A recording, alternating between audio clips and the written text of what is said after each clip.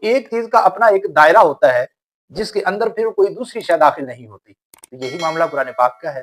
جس جگہ پر اور جس شخص کی زبان پر قرآن مجید کثرت سے تلاوت ہوتا ہے، وہاں اللہ تعالیٰ کی طرف سے سکینہ، اطمینان اور فرشتوں کا اپنے پروں کو بچھانا اور رحمت الہی کا نزول، یہ سب ہوتا ہے۔ بہترین انسان بننے میں ایک بڑی بنیادی چیز یہ ہوتی ہے کہ اسے ذہنی سکون نصیب ہو جائے۔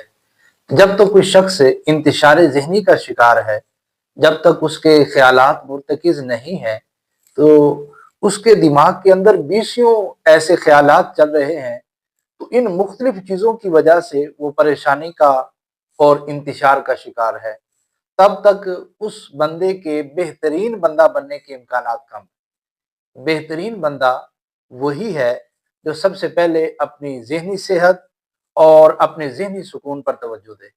تو ہمارے پاس دو چیزیں ہیں، ایک ہے جسمانی صحت، دوسری ہے ذہنی صحت، دماغی صحت۔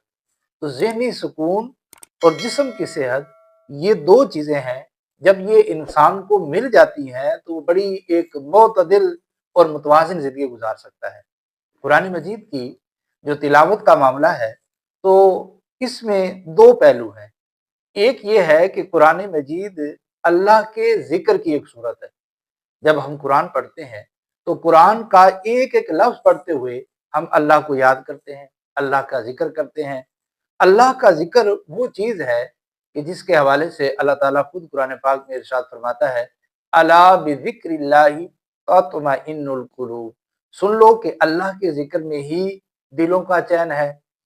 تو دلوں کو سکون، قلب اور اطمینان جو ہے اور ذہن کا اگر سکون ہم حاصل کرنا چاہتے ہیں تو وہ ہے اللہ کا ذکر۔ اور جو قرآن پاک کی تلاوت ہے، یہ اللہ کے ذکر کی سب سے اعلیٰ صورت ہے۔ اللہ تعالیٰ نے یہ کلام ہمیں عطا فرمایا ہے، خود اس کلام کی اپنی تاثیر ہے، اس کی وجہ سے مشکلات دور ہوتی ہیں۔ آپ دیکھیں، جیسے کچھ چیزوں کی اپنی تاثیر ہوتی ہے، تو وہ اس طرح ہوتا ہے کہ کوئی چیز ہم نے لگائی تو اس کی خوشبو کی وجہ سے کہا جاتا ہے کہ فلاں فلاں چیز قریب نہیں آئے گی۔ تو ایک چیز کا اپنا ایک دائرہ ہوتا ہے جس کے اندر پھر کوئی دوسری شے داخل نہیں ہوتی۔ تو یہی معاملہ قرآن پاک کا ہے۔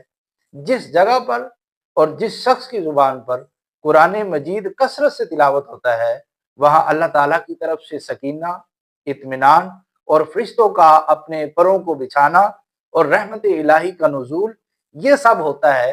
گویا اس آدمی کی سراؤنڈنگ میں مشکلات نہیں رہتی۔ تو یہ گویا اس کی ایک اپنی تاثیر ہے جو اس کے ساتھ جڑی ہوئی ہے۔ تو جہاں ایسے جو ہے شروع ہوتے ہیں، تو جہاں ہم اس کو شروع کرتے ہیں تو وہاں مشکلات جو ہے وہ ہٹنا شروع ہو جاتی ہیں، جیسے ہی قرآن پاک کی تلاوت ہوتی ہے۔ تو جب مشکلات بندے کے پاس نہیں ہوں گی تو پھر بندے کو کیا نصیب ہوگا؟ پھر ذہنی سکون نصیب ہوگا، قلب کا اطمینان نصیب ہوگا، دل کا اطمینان ہوگا۔ تو پھر کیا ہوگا؟ اب بندہ بہتر سے بہتر زندگی کے پہلو کی طرف توجہ بھی کر سکتا ہے اور وہاں پہنچ بھی سکتا ہے۔ اللہ تعالی ہمیں کثرت سے تلاوت قرآن پاک کرنے کی توفیق عطا فرمائے، آمین۔